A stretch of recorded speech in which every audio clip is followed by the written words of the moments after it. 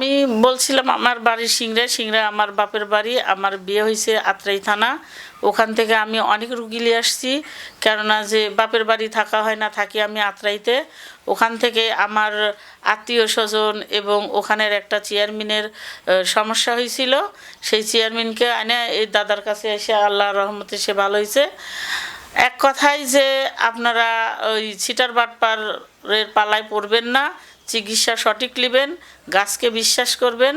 আর দাদা যে আপনারা হয়তো বা টাকার অঙ্ক মনে করবেন যে অনেক টাকা লাগে, না, বেশি টাকা লাগে না, অল্প টাকাতেই ইনশাআল্লাহ গাছামো চিকিৎসা দাদা দেয়।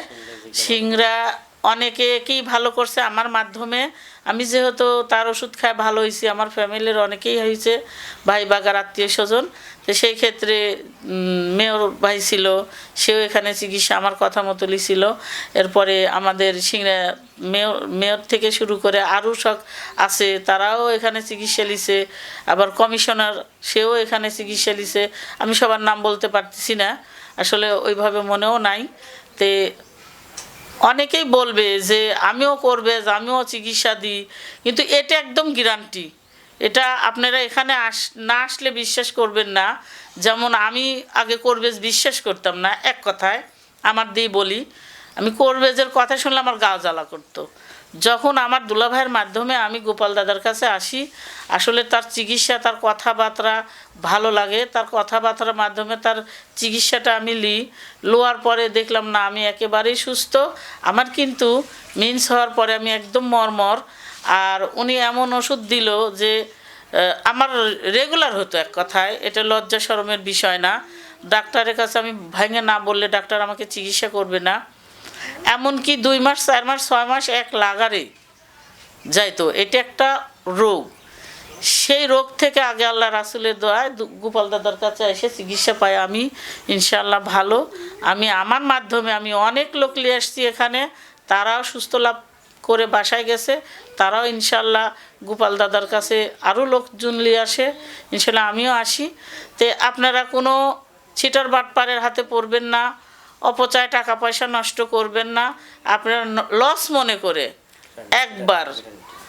একবার আসেন, দেখেন গ্যারান্টি দিয়ে কাজ করবে। যে একবার এসে দেখে যান, এক কথায় আপনাদের টাকা খরচ করতে হবে না। আপনারা একবার আসবেন, আসে তার সাথে বসে একবার চিকিৎসা নিয়ে যান। আমাকে আর আপনার বলতে হবে না তার বিরুদ্ধে। আপনিই নিজেই আপনার মতো করে আশপাশের দরিদ্র, বড়লোক, গরিব যেই আছে তার উপকার আপনি করতে পারবেন আমার মতো। আমি যেমন দাদার কাছে অনেক রুগী নিয়ে আসি নিজের ইচ্ছাকৃত, যাতে আমি উপকার পাইছি সেও যেন পায়। আচ্ছা, আমি বলে রাখলাম। আসসালামু আলাইকুম। আপনারা শুনছিলেন এবং দেখছিলেন, তো ঠিক এরকমই একজন ভালো মানুষের প্রশংসায় কিন্তু সবাই পঞ্চমুখ হয়ে থাকে। তো শুধু আমাদের বা আমার পাশে বসে থাকে সেই মানুষটির কথায় বিশ্বাস না, আপনারা একবার এসে দেখুন এবং আপনাদের সমস্যাটা ওখানে এসে খুলে বলুন, কাকা চিকিৎসা নিন। একটা কথা আপনাদের গ্যারান্টি দিতে পারি, এটা একদম গ্যারান্টি, এটা আমার কথা না, এটা কাকার কথা। যদি আমার ওষুধ খেয়ে ভালো না হয়, সুস্থ করতে যতগুলো ওষুধ দরকার কাকা দিবে সুস্থ করার জন্য। এক কথায় উনি সুস্থ করার পক্ষে। ওনার কথা যে আমি টাকার জন্য এটা করি না, আমার সবচেয়ে বড় কাজটা হচ্ছে মানুষকে সুস্থ দান করা। তারপরেও আপনারা জানেন মানুষের অভিজ্ঞতার একটা মূল্য আছে। তো সেই অভিজ্ঞতা থেকেই কিন্তু আমরা ডাক্তারের কাছে গেলেও কিন্তু আমাদের লক্ষ লক্ষ টাকা ব্যয় করতে হয়। এখানে লক্ষ টাকা ব্যয় করতে হয় না, গাছটার যে মূল্য সেই মূল্যটাই কিন্তু এখানে নেওয়া হয়। তো আপনাদের কাছে অনুরোধ করব, আপনাদের যার যে সমস্যা থাকুক না কেন, যতই কঠিন সমস্যা হোক না কেন, অন্তত কাকার সাথে যোগাযোগ করবেন এবং এখানে এসে চিকিৎসা নেবেন।